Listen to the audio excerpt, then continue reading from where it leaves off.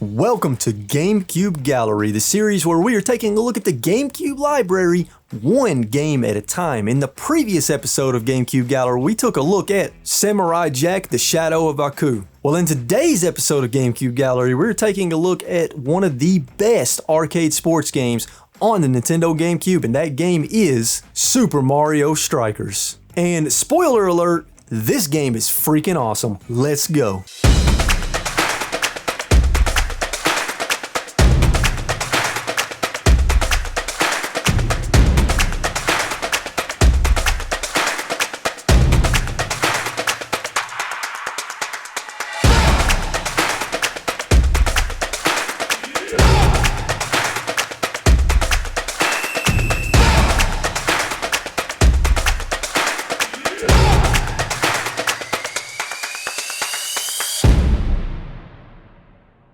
Mario sports games have a very rich history dating all the way back to the NES with NES Open Golf Tournament in 1991, which featured Mario as a playable character. However, Mario sports games didn't really start to take off until 1999 on the Nintendo 64 with Mario Golf. From there, we got a plethora of Mario sports games in various genres such as tennis, golf, and baseball. But it wasn't until December 5th, 2005 that we got Super Mario Strikers on the Nintendo GameCube, marking Mario's first entry into the soccer genre of sports. Super Mario Strikers was bold, it was fast-paced, it was action-packed, and it was an interesting path for Nintendo to take, especially considering soccer isn't huge in the United States like it is in the rest of the world. Super Mario Strikers was developed by the legendary Next Level Games, who is a video game developer out of Canada, and they were officially purchased by Nintendo in 2001, but even before then they developed a ton of Nintendo games as well as some non-Nintendo games. Some of the notable games developed by Next Level Games include NHL Hits Pro, Spider-Man Friend or Foe, Punch-Out on the Wii, Luigi's Mansion Dark Moon, Luigi's Mansion 3, and they are currently developing Mario Strikers Battle League, slated to release this year in 2022. They are, in my opinion, one of Nintendo's best development studios. With all that out of the way, let's get into the story in Super Mario Strikers.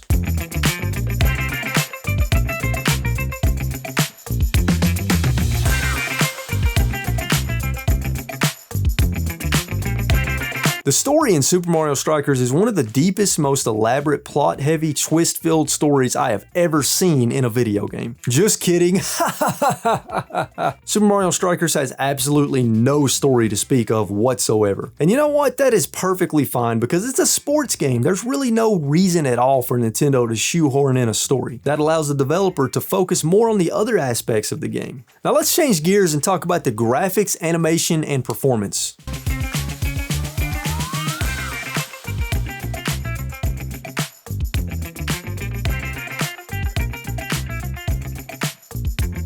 Before we start talking about the graphics, can we take a quick moment to appreciate just how amazing the cover art is on the game? Check it out. This is literally my favorite cover art of the US GameCube library, hands down. I mean, look at that beautiful and badass cover art for Super Mario Strikers.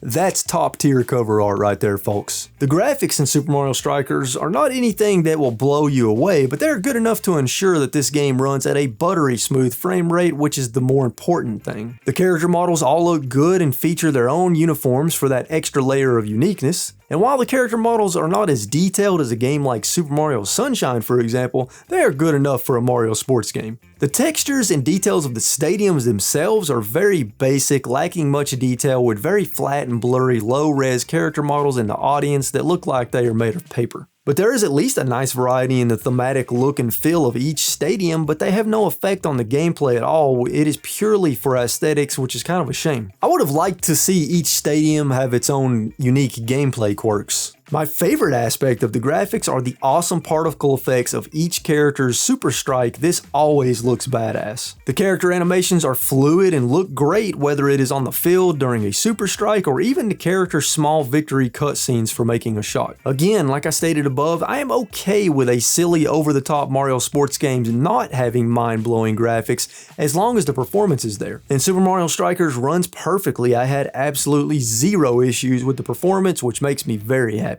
Let's talk about the music and the sound design.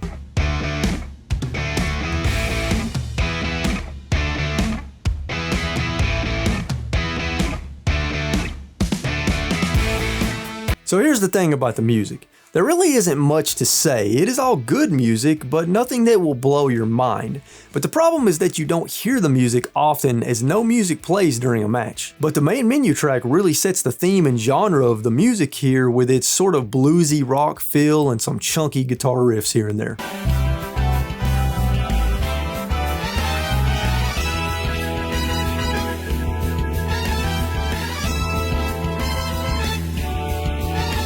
Each stadium has its own unique track, but you just don't hear it while you play, which is kind of a shame. They could have at least had it played at a low volume. Now with that being said, there is a track that plays when you go into sudden death in a match, and it adds to the intensity and stress of being in sudden death.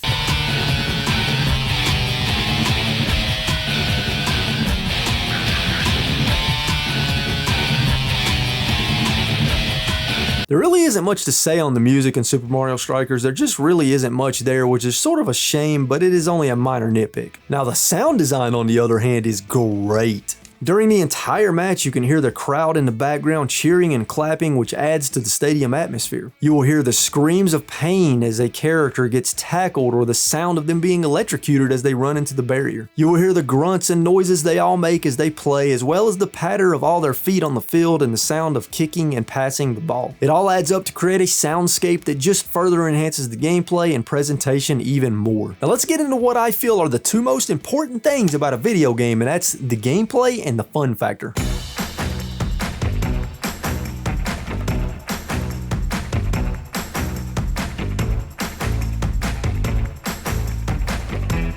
Let's start by breaking down the core gameplay. Then we will talk about the different modes and content as a whole, as well as the fun factor. At its core, Super Mario Strikers is a 5-on-5 soccer game where you choose a team captain such as Mario, Luigi, Peach, Wario, and a team of 4 sidekicks being Toad, Hammer Bros, Birdo, or Koopa. Each team captain and sidekick has their own pros and cons. Your goal in each match is to simply score more points than your opponent before the timer reaches 0, and in the event of a tie, you enter sudden death, where both teams keep going until someone scores a point. You can move normal speed, but when you have the ball, you can do a turbo run, which allows you to move much faster, but you don't turn very sharply, making it easier for people to steal from you. There are a variety of moves to pull off and items to use which can give you the edge in battle, and let's talk about those now. You can move normal speed, but when you have the ball, you can do a turbo run, which allows you to move much faster, but you don't turn very sharply, making it easier for people to steal from you. You can perform a deke move while you have the ball, allowing you to evade being tackled. On defense, you can perform a short-range slide tackle, and if you do it just right, you will steal the ball, or you can perform a long-range big tackle to take down your opponent. Tackle an opponent into the barrier to electrocute them and knock them out even longer. You have to be careful though, because if you tackle a player not controlling the ball, you will give the other team an item they can use against you. You can of course pass the ball to the other teammates with ground passes or lob passes. You can shoot the ball with low shots or lob shots. You can also perform a powerful charge shot and even curved shots. If you pass to a teammate close to the goal, that will initiate a perfect pass, and time will slow, allowing your teammate to pull off a high-powered perfect shot. You can hold up to 2 items at once, which you can switch between and use at will, and you get items by doing charge shots or by being tackled illegally by the other team. The most powerful move in the game is the Super Strike. When your team captain has the ball and you do a full charge shot, you will initiate a Super Strike. A meter will come up on the screen, and you have to press B when the needle is in the green sections. A Super Strike is a guaranteed 2 points for your team, and even if you fail, there's a chance you can stun the goalie. Also during a match, Bowser may show up and cause all sorts of chaos on the field, making it very difficult for both teams to play effectively. Let's quickly cover some of the items you receive, which can be used strategically on both the offense and the defense. A green shell moves in a straight line, a red shell chases your opponent, a blue shell freezes your opponent,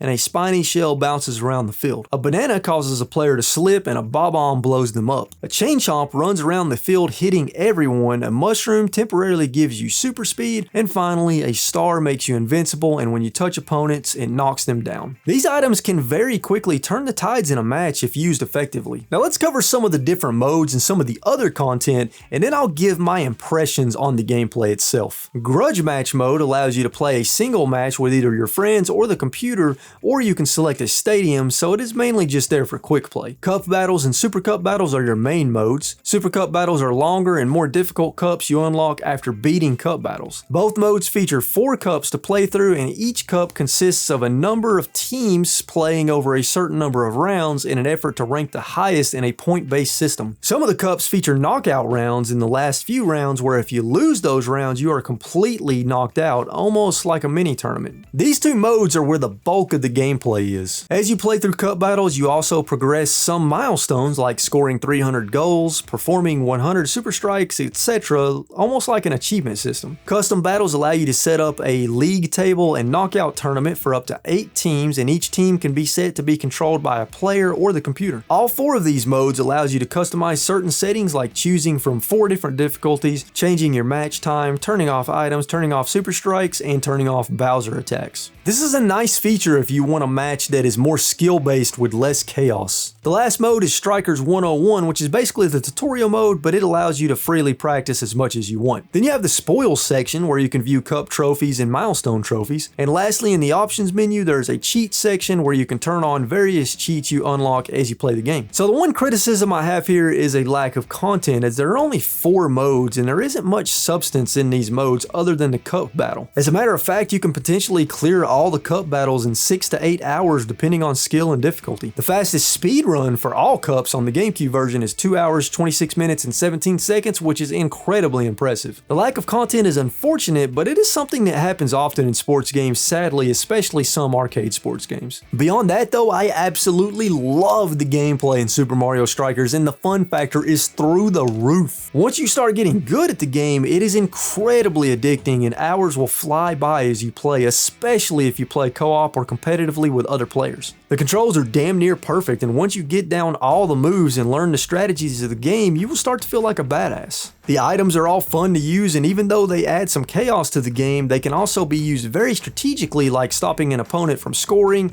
or opening up a path for your team captain to get a super strike. I do wish the team captains and sidekicks had more differences between them, and I also wish the stadiums had unique gameplay differences, but these are all small gripes. I will say that once you master a difficulty, the game can start to become boring because you just demolish the computer. But when that happens, you simply increase the difficulty and you are good to go. The problem here is that when you reach the 3rd difficulty, the computer starts to become so freaking good that it feels a bit unfair and starts to become frustrating instead of fun, but that is just my experience, and maybe I'm just not good enough at the game. But when you do finally conquer a new difficulty and get even better, damn, it feels so good. This is, in my opinion, one of the best arcade sports games out there, and certainly one of the best Mario sports games. Now let's move on to my conclusion and some other miscellaneous info about Super Mario Strikers.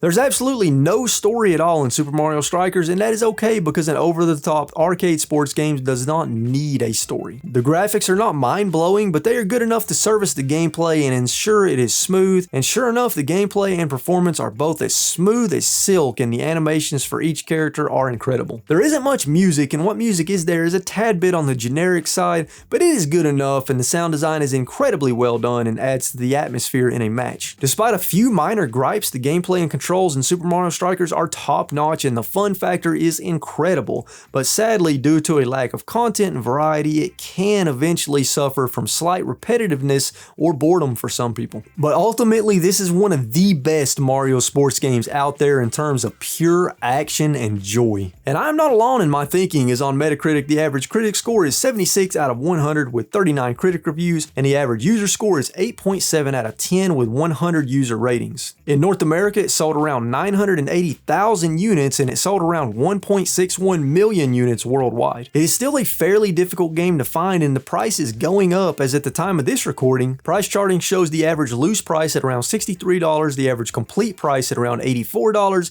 and the average new price at around $350. I am currently seeing eBay listings for around $105 complete with shipping, and I'm seeing recent eBay sold listings for around $119 complete with shipping. Super Mario Strikers is becoming a rare game on the GameCube, and I suspect the price will only continue to increase, so if you collect for the GameCube, I would buy sooner rather than later. Well, there you have it, folks. That is today's episode of GameCube Gallery on Super Mario Strikers. If you enjoyed this video, please be sure and kick that like button. Let me know in the comments down below if you played or have owned Super Mario Strikers and what do you think about it. Also, let me know in the comments down below if there are any other GameCube games you recommend that I cover in a future episode. As always, folks, I appreciate you. Stay safe out there, keep playing games and having a good time, and I will catch you all in the next video. Later.